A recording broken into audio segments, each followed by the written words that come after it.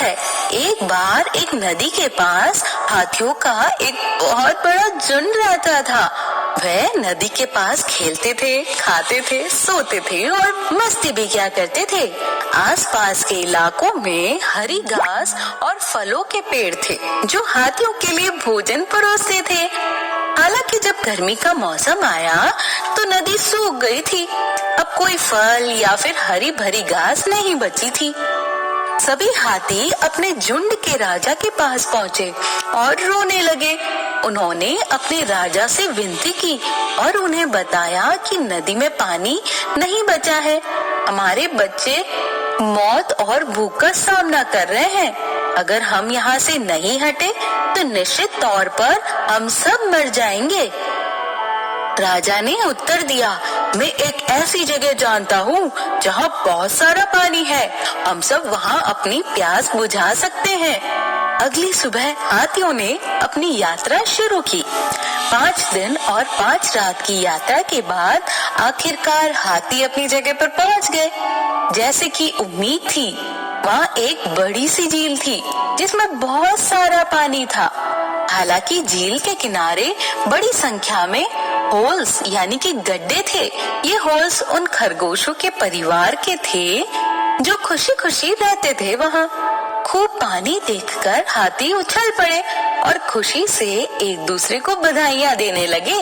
अपनी खुशी में उनके पैर कई खरगोशों के गड्ढे पर पड़े, जिससे उन्होंने इतने सारे खरगोशों के घर तबाह कर दिए थे। कई खरगोश घायल हो चुके थे। कुछ खरगोश वहाँ से अपनी जान बचाने के लिए भाग निकले। हाथियों ने किसी की परवाह नहीं की, वे उछलते रहे। शक्तिशाली हाथियों के सामने खरगोश अपने आप को बहुत ही बेसहारा समझ रहे थे। हाथियों के वापस जंगल में जाने के बाद खरगोशों ने एक बैठक की। वे जानते थे कि हाथी बहुत शक्तिशाली होते हैं और वे उन्हें शारीरिक रूप से हरा नहीं सकते। इसलिए उन्होंने फैसला किया कि अपने आप को उनके क्रोध से बचाने के लिए भाग जाना ही बेहतर होगा। हालांकि एक चतुर खरगोश ने इस बात से असहमति जताई और कहा, नहीं, हम इस जगह को नहीं छोड़ सकते। ये हमारा पुश्तैनी घर है जहाँ हमारे बूढ़े बुजुर्ग रहा करते थे। हम कई पीढ़ियों से यहाँ रह रहे हैं।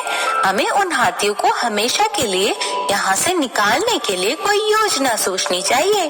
हालांकि हम छोटे हैं, लेकिन एक समझदार और चतुर योजना के साथ हम उन्हें निकाल सकते हैं। उसकी योजना समझाने के बाद सभी खरगोश मदद के लिए तैयार हो गए। उसकी योजना के अनुसार एक खरगोश पहाड़ी की चोटी पर गया। जब राजा हाथी आया तो एक खरगोश चिल्लाया, तुम्हें झील में प्रवेश करने की इजाजत नहीं है। कल तुम निर्दयी हाथियों ने अपने पैर से निर्दोष खरगोशों को मार डाला और उनके घर तोड़ डाले। ये झील चंद्रमा देवता की है। आपके स्वार्थी कार्य ने चंद्रमा भगवान के क्रोध को यहाँ आने पर मजबूर किया है। मैं चंद्रमा भगवान का दूत हूँ। उन्होंने मुझे आपको अपना संदेश देने के लिए भेजा है। अगर आप जीवित रहना चाहते हैं तो फिर से झील के पास आने के बारे में सोचना भी मत। उन्होंने आगे कहा। राजा हाथी ने उत्तर दिया, मुझे बहुत दुख है अपने इस व्यवहार के लिए। हे चंद्रमा भगवान, कृपया मुझे माफ करें। पहाड़ी पर बैठे चतुर खरगोश ने उत्तर दिया, यदि तुम क्षमा चाहते हो तो झील पर आओ और मुझसे क्षमा मांगो। हाथी राजा झील के पास गया, जहाँ उसने आसमान के चंदा मामा की परछाई देखी और उसने तुरंत चंद्रमा से क्षमा मांगी। उसके बाद हाथी समूह पर झील के पास नहीं आया। खरगोश हमेशा के लिए खुशी से रहने लगे। तो बच्चों, जरूरी नहीं कि जो इंसान शरीर से ताकतवर हो उसको एक कमजोर इंसान हरा नहीं सकता।